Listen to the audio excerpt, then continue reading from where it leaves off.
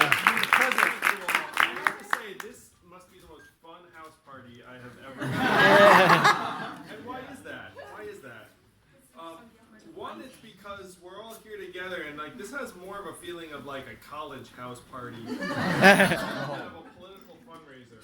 Because political fundraisers tend to be really boring, really stodgy. People, the food is worse, and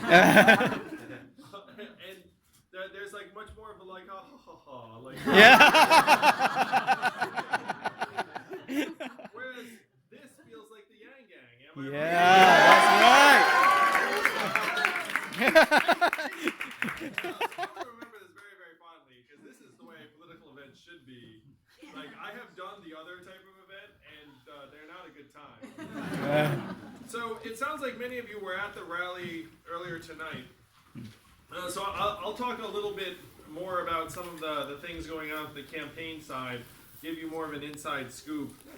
So Barbara's experience discovering us on podcasts is very normal, as many of you might have done. Yeah. And it's not just because we're in LA and you all drive a lot, and you have the audiobooks and the podcasts on.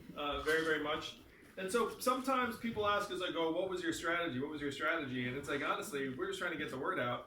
And there was a period when cable news was not really having Andrew Yang on their airwaves. And so we were like, oh, we should try and talk to some of the smart podcasters out there.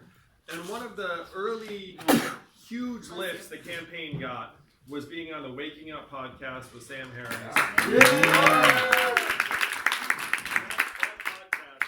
What was wild is, like, it felt really historic even when I was doing it. And which is odd because I wasn't actually with Sam physically. It was just me and this microphone. Sam was very classy. He sent a classy microphone to make sure the sound quality was top notch. We still have the high quality mic. And so it was interesting is like you're having this hour-long conversation with someone who's across the country, but it felt, I was like, for whatever reason, this feels like the most crucial turning point of the campaign. And what happened from that podcast is that Sam has many, many fans, including many people here in this room. And so one of the fans of that podcast was a guy who worked for the Iowa Democratic Party and was figuring out who was going to speak at an event called the Iowa Wingding, which is an event that draws about 800 to 1,000 Democratic activists in Clear Lake, Iowa. So because a Sam Harris fan heard that podcast, he then went to the organizers and said, hey, you need to have Andrew Yang come speak. And then I spoke there, and because of that, I got this whole flurry of invitations in Iowa. And then Sam doubled back a while later and said to his friend Joe Rogan, hey, you should really have Andrew Yang on.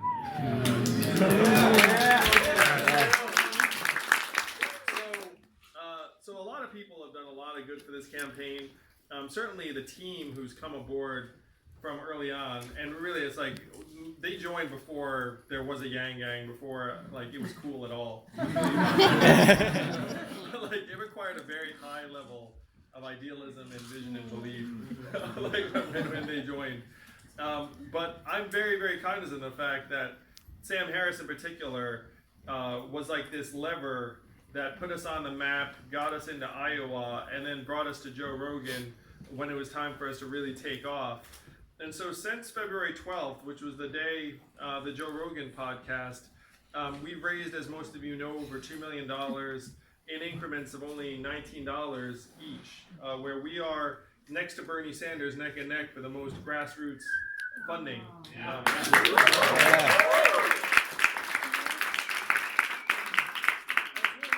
break down the numbers, where the fact that we're so grassroots funded, the reason why the press is all attentive to that, one is there's like a sense of genuine people power if you've got a lot of small donors. And so someone like Pete Buttigieg, who I know and respect and like, I think he's very, very smart and very sincere. But you do look at it and say, okay, only 64% of his donors are from the $200 or less, which means that he's raising a lot of money from professional fundraisers, like in big dollar amounts. And the reason why people make a big deal out of the high proportion of small donors is that, one, it means that ordinary Americans who can't afford, those crappy, political events, that you're support base is more resilient and likely to grow. Because if someone can give $19, then they can probably give another $20 later. And if someone gives $19, they can bug their friend to give $10 or $15, and from that, your capacity to grow is much higher. And you can see that actually bearing out in our numbers, where we're past 100,000 donors. So thank you all for that. And when people line up the different candidates, like our individual donor level is one of the top of anyone in the field. Like we have more individual donors than a lot of the folks who've been in the Senate for years, a lot of people who are national politicians. And it speaks to the power of just word of mouth and people listening to podcasts like Barbara did and like passing them around. Like this is truly a movement of the people. It's staggering to behold. You saw it if you went to the rally earlier tonight, where that is not normal shit. I don't know if you guys, you know what I mean? Like none of that is normal. You have like thousands of people for a rally for a candidate. You know, it's like months and months away from the actual election. And it's like a candidate that no one had heard of 3 months ago. And people coming out to that level. That's why Fox was there and NBC and CNN. And then that footage, when it gets translated, people are going to have the same reaction. We're like, that is not normal. What's going on there? And then some of them are going to be like, ooh, I want me some of that. You know, because there's this incredible spirit and idealism that drives this campaign and motivates it. It's staggering to be a part of. And so the growth that's happening, it's mystifying people in the press. And I know this because I talk about it. And they're genuinely just confused. And it's in part because they don't understand the power of ideas and the power of podcasts and the fact that the way we get information now is not from cable news. Yeah. You know what I mean? Yeah. Like there's like a very high degree of skepticism now for many people of cable news and the mainstream media. And I can see exactly why that's taking place because now I'm cool enough where I am on cable news a whole lot. And what is it? You all know the rhythm. It's like, hey, this is Andrew Yang. Here's some footage. Andrew, what about this? Andrew gives like relatively cogent 45-second response. You're like, oh, interesting. What about this? What about that? That's very interesting. Will you come back? Great. I mean, how many of those segments would I need to do for someone to actually understand what I'm about? Maybe infinite. Like, you can have me on every day and do that, and like no one would know what's going on. Like 1 hour-long conversation with an intelligent human being that you listen to end to end probably does more to genuinely inform you. And a lot of the cable news folks, they even know that they're constrained by their own format, their programming. They're looking at it being like, don't know what to do. But that's the way they need to deliver info. And as someone who's now been on cable news, and I've been on cable news even before this run, but it's a bizarre experience. As I'm just gonna let you guys in on it. You sit there, and they're like looking at notes, and you sit there awkwardly. It's like silent. And then when the camera comes on, it's just like you know, like they spring to life. It's like Disney Pirates of the Caribbean or something. You know? And then you also spring to life. Then it's over, and then they're just like, oh, that was great. Like awkward exchanges with them afterwards. So there's this new way of getting information. There's a new way for ideas to spread, and there's this real sense of institutional erosion / mistrust. And it's something I said in the CNN town hall. It's also in my book that our institutional competence is at multi-decade or record lows for just about everything. Like, what's Congress's approval rate? I think it's literally 12%. Yeah. You know, trust in our schools. Multi-decade lows, hospitals, multi-decade lows. Unfortunately for the doctors here, sorry, but it's true. Media, multi-decade lows. Like we're all looking around, being like, I don't trust any of this anymore. But you do trust some of the people that you listen to, like consistently, like Sam or other folks, like the Freakonomics guys, Stephen Dubner. And so that was another. It's so shout out to Mike Pesca. That's the first one I heard. Nobody mentions that one, but that's where I heard. Yeah, Mike Pesca is like. It's really interesting. It's like they're the new soothsayers. They're the new gatekeepers. They're the ones we actually trust, and we trust them to call things out. So most of the media will never see this coming. They're just going to be confused the whole time. And then we're going to march through, and there's going to be polling, and the polling is going to underestimate my support at every stage. Because who do they poll? They poll likely registered voters in a particular category. Who they're not going to poll are the thousands of people who ping our campaign every single day saying, I'm switching my party affiliation to be able to vote for you. Or I'm registering for the first time to vote for you. And a lot of you in this room might resemble this.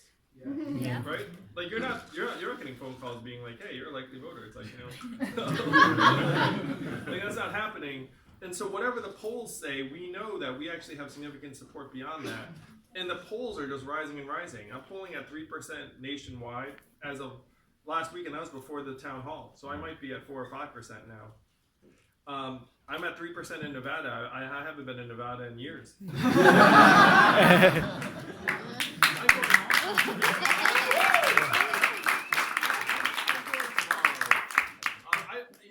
of the jokes I tell, it's like, well, this is the truth, is like, if I was in Las Vegas for any longer than 3 days, I would wind up broke, divorced, overweight, sunburnt, parched. So the word is spreading because of people like you, and we can't thank you enough. And this is the power of this campaign, the power of the campaign that no one will see coming. But there's nothing that can stop the right people and the right ideas whose time has come. Yeah, big to And that is where we are right now. The appetite for it is so high, and politics as usual will not suffice, and we can all see it. And everyone has been casting about for an alternative. It's like I did not necessarily, I had some beliefs, some confidence, some visions, but I did not realize how badly we needed real talk and real solutions and real ideas that would move the country forward until we really got going in this campaign. And I just want to thank you all for sharing in that confidence that we can solve our problems, because we have that ability if we just take it upon ourselves to convince our fellow Americans that we can truly rise to the challenges of the 21st century. So I just want to thank you all. I'd love to take some questions too, but just want to thank Barbara in particular for hosting us, and the hosts and the wonderful business.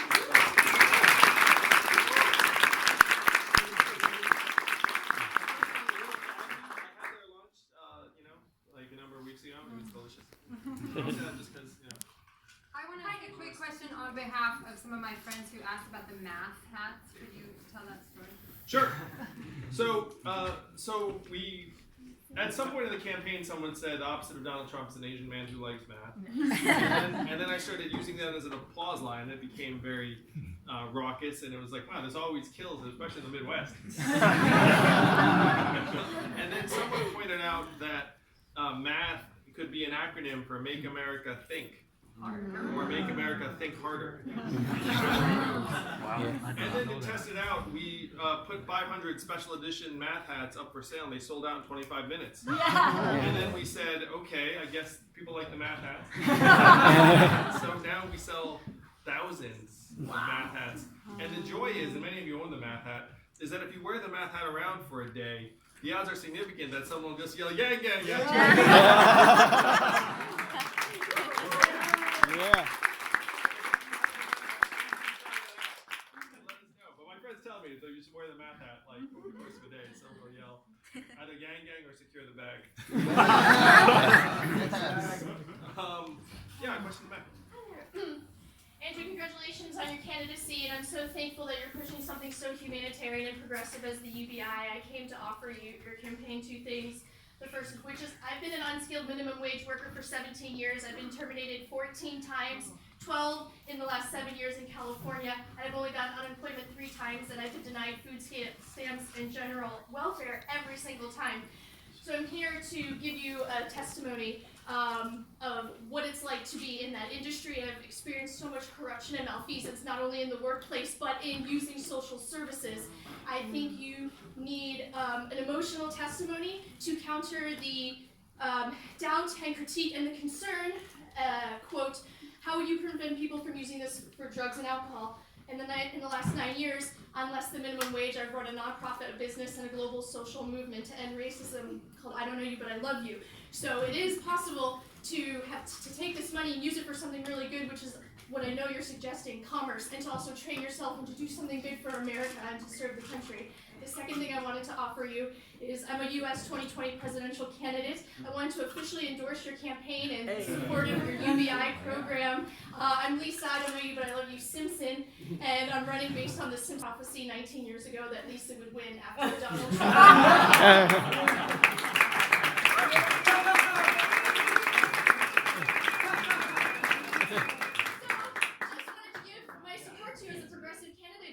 What some would consider a long shot. I just really want to be here and support you. I believe candidates should support each other, and I'm just here to offer that to you. Thank you so much. And I just I printed one of these shirts for you, so you're the second person in the world to have a Lisa Simpson shirt. Well,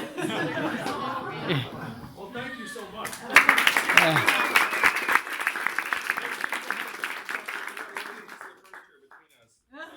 But thank you. No, it's beautiful. And your name's actually Lisa Simpson? Yeah, I legally changed it.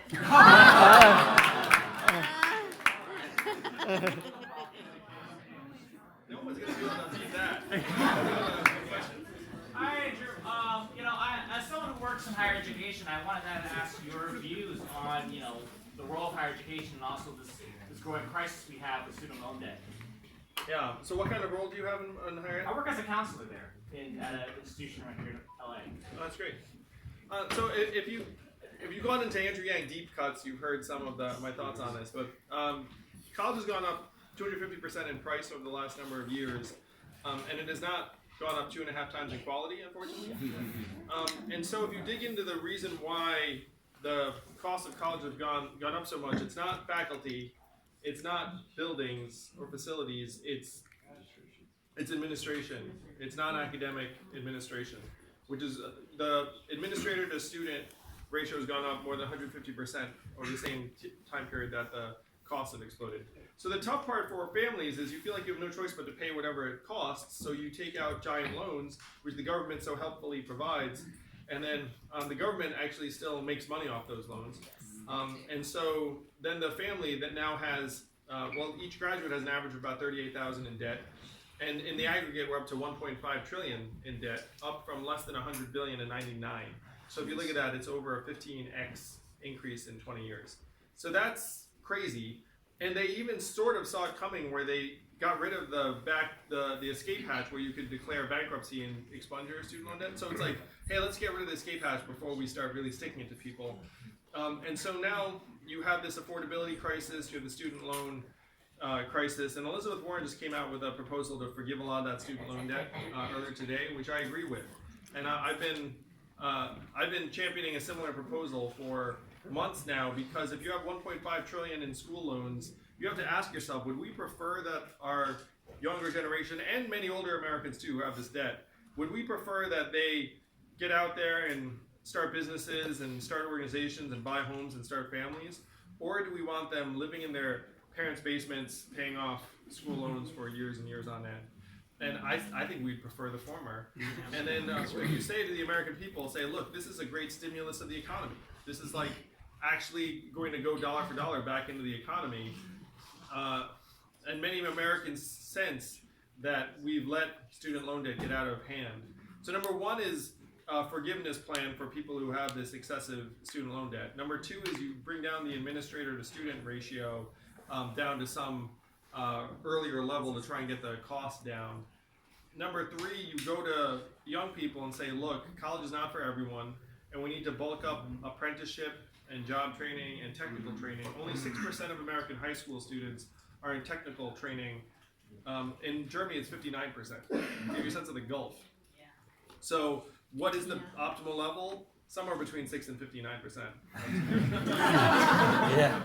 But certainly a lot higher than 6. So those are some of the big moves we have to make.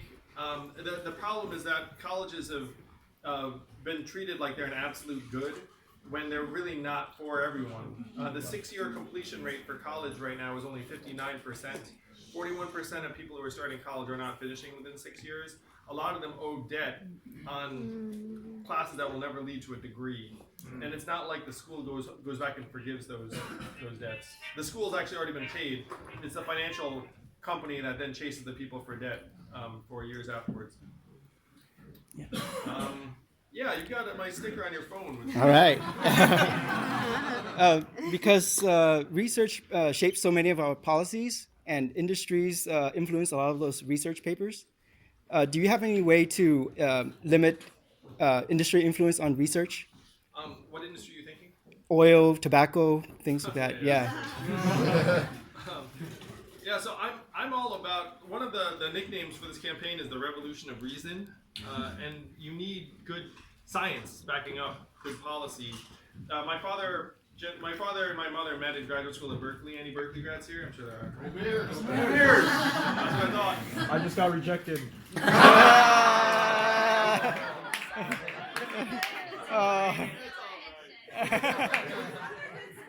Just said college is not for everyone.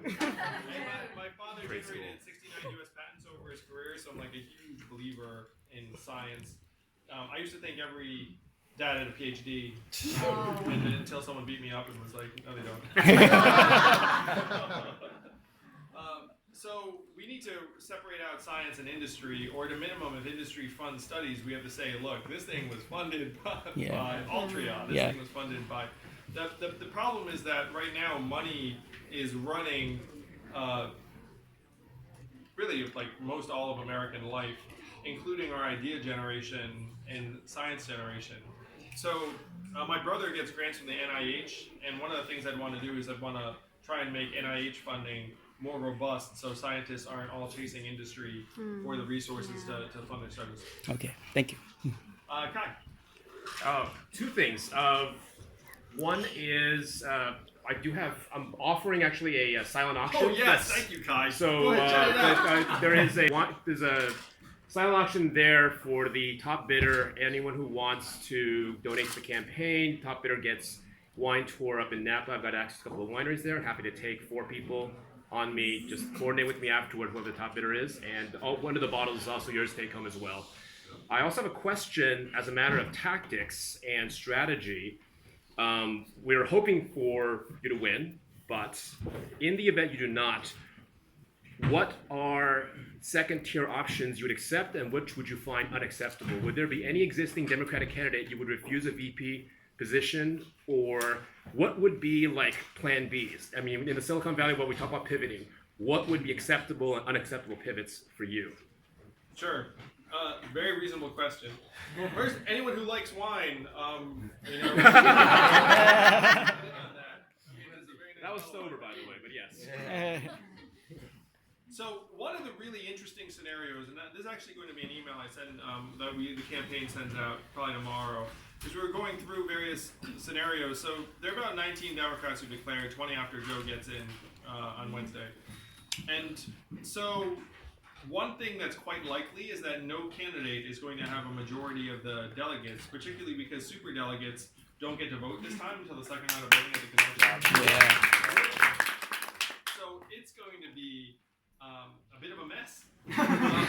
And so you're going to ride into Milwaukee in July. If it's true that no one has a majority, then it's going to be a contested convention and that a bunch of people are going to have various delegates. So if you imagine, and this is quite likely, because if you have a field of 20, then mathematically it's going to be very hard for someone to get 50%. I mean, that's like the highest vote getter right now is in the 20s. And the people in the 20s, in my opinion, are probably going to go down a little bit. They're not going to go up. It's going to go like 28 to like 50. So if you go into a contested convention and our campaign continues to grow and achieve its potential, it's possible that I'm one of like the top, let's call it 3 or 4 vote getters. But I also don't get 50% because that would be very, very difficult. And then we ride into Milwaukee, and then what we all determine, it can be a very, very important part of determining, one, who the nominee is, and two, what the Democratic Party platform is. And that's very, very achievable for us. Like totally achievable. All we have to do is get a significant number of delegates, pile it up, stay in the race, and then show up in Milwaukee and be like, here's how we feel. And one of the questions they're going to ask me is like, hey, Andrew, what's it going to take to get you on board? You know, like, what is the spot? And so my threshold as for what posts I would and would not take is I'm passionate about trying to solve the problems that I see that are coming down the pike and picking up steam. And you all know what I see those problems to be. And so if I think I can make meaningful progress in helping us get through these times, then I would take that job. If it's a job that's like frankly like just a political job or a job that would not actually move the needle, then I would probably do something else to try and address the challenges of this day. Because I really dislike Washington, D.C. as a city. It would take like an extraordinarily impactful role to get me to move there. I'm not someone who's like, ooh, if all I can get like something, like no, that town is not my town. Put it that way. And in terms of the Veep spot, one of the fun things again is I've met now most of the other candidates. I'm going to meet the others, and there is truly a chemistry thing where it's like, you know, if I were to get on board with an administration, I need to genuinely like and admire that person and feel like I'd have a real role to play. Because the last thing you want is like a real life Veep situation. I don't really watch that show enough to know, but I get a sense. So like, you know, but you can probably tell, like I have very low interest in like a political career intrinsically. Like I'm a problem solver who wants to get the job done, and if you tell me like I don't win but someone else wants to genuinely work with me to solve the problems and wants to empower me, then I would jump on that. Anything failing that, then there are other things I can do to help solve the problems. Okay. Wow.